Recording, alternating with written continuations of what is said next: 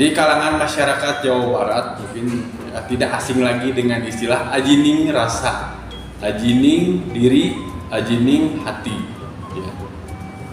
Ketiga ini adalah ilmu tingkat tinggi, ilmu yang paling luar biasa gitu ya di masyarakat Jawa Barat. Karena dari sinilah akhir silih asah asih asuh. Orang tua zaman dahulu menjadikan tiga hal ini sebagai pedoman hidup mereka. Saya akan bahas satu saja ya, ajining rasa. Dengan ajining rasa saja ini banyak pembahasan yang mungkin bisa kita kupas ya.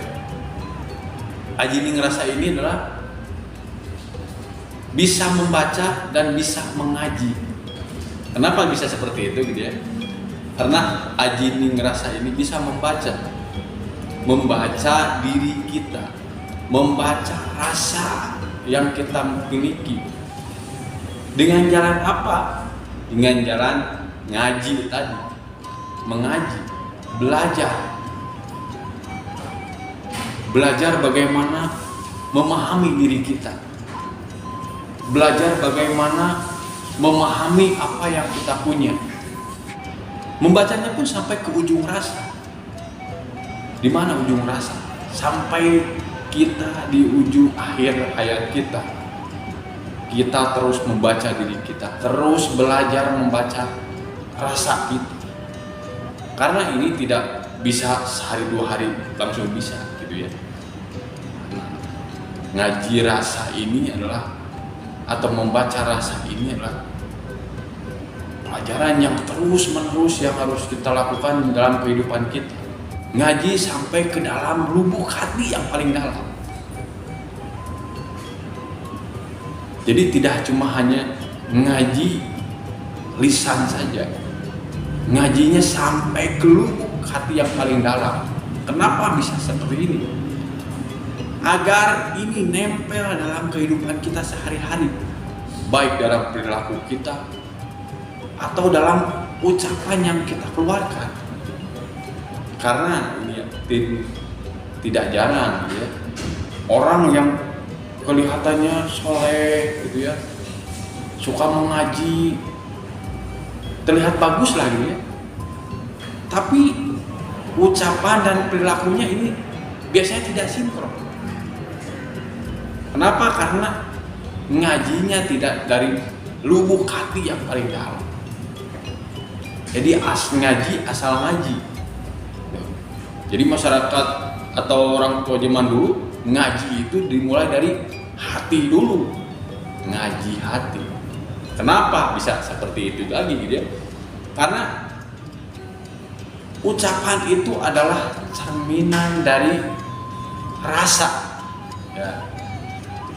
Ketika kita merasa marah, kata-kata kita pasti kata-kata yang tidak enak. Ketika kita sedang sedih, pasti kata-kata kita pun tidak sesuai dengan apa yang kita inginkan. Dan perilaku kita cerminan dari atau gambaran dari dalam hati kita. Ketika kita sakit hati, raga kita pun ikut merasakan sakit walaupun itu tidak terlihat.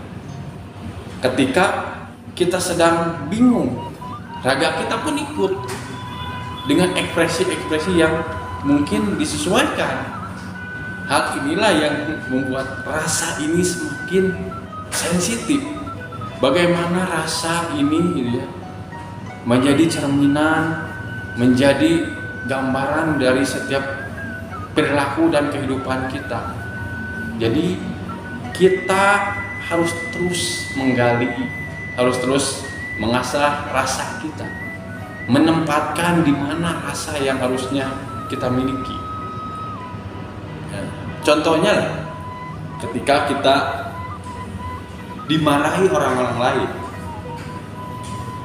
dicemooh orang-orang lain, pasti rasa sakit itu ada. Dari situ kita belajar. Ketika kita ingin memaki orang lain, kita sudah paham sakitnya seperti apa. Ketika kita ingin membuli orang lain, kita sudah tahu rasa sakit itu seperti apa. Itu pelajaran kecil buat rasa kita. Setiap hari kita ditempa, rasa kita terus diuji.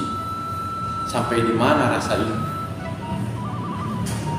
Dan itu tidak akan berhenti sampai akhir hayat kita. Karena itu tadi, pembelajaran rasa ini sampai di ujung hayat kita. Terus diuji, terus diberikan pelajaran agar rasa kita semakin sensitif, semakin kuat. Tuh. Itulah ajining rasa. Sedikit itu hanya garis besarnya saja gitu. Kalau dijabarkan itu panjang sekali gitu ya tentang ajining rasa. Bahkan ini berkaitan dengan ke Al-Quran juga gitu ya, ke bahasa Sunda juga. Ternyata kalau ditarik benangnya gitu ya, ini ada kesamaan. Makanya Islam Sunda itu satu tarikan nafas. Ya, seperti itulah sedikit ya tentang ajining rasa.